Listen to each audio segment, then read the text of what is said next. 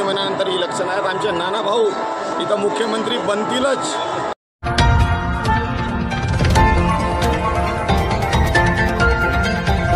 आपल्याला माहीतच असेल, मागील 10 वर्षापासून या सरकारनं काहीच काम केलेलं नाही. फक्त लोकांना भुलवण्याचं काम या सरकारने केलेलं आहे.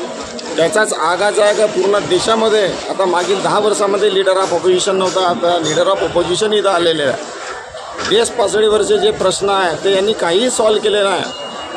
शेतकऱ्याचे प्रश्न असोत, बेरोजगारीचे प्रश्न असोत, आरोग्याचे प्रश्न असोत, शिक्षणाचे प्रश्न असोत, हे काही इथं यांनी केलेले नाही. हे फक्त भूलथापा देण्याचं काम करत आहेत आणि सगळ्या योजना यांच्या करप्टेड आहेत. एकही इम्प्लिमेंट करत नाही. आता घरकुलाची योजना पहा, 20,000 देऊन सणारी ते सगळे कास्तकार लोक थांबले आहेत घरकुलासाठी.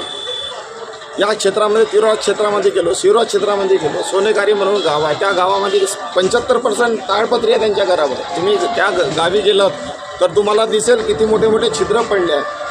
पाणी येतो, त्या ताडपत्र्याने पाणी थांबत नाही, तुमच्या डोळ्यातून आंसू पडतील. तुम्ही सगळे जे मीडियावाले आहेत तिथं लोकांना तुम्हाला ज्याला पाहिजे ते प्रश्न सगळ्यांच्या समोर मांडायला पाहिजे. इलेक्ट्रिक 24 तास द्यायला पाहिजे. 24 तास नाही देत, 12 तासही नाही देत, 8 तास नाही देत, दिवसभर लपंडाव चालू असतं. दिवसा लाईट ते देत नाही. विचार करा, कास्तकार माणूस झोपेल कसा रात्री? तो रात्रीच्या 12 वाजता जाईल, सापानी चावलं काही चावलं, त्याचा जिम्मेदार कोण आहे?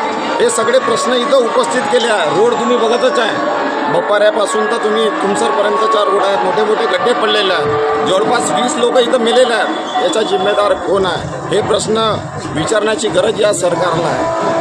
जो जनतेचा आगाज आहे, आपल्या सगळ्यांना मी सांगू इच्छुक, येणाऱ्या 3 महिन्यानंतर इलेक्शन आहेत. आमचे नाना भाऊ इथं मुख्यमंत्री बनतीलच आणि हे आपण सगळे प्रॉब्लेम लवकरच सॉल्व्ह करू. आपल्याला वचन देतो, आपल्याला शब्द देतो आणि आपले 2 शब्द संबोधून तुम्ही आपल्या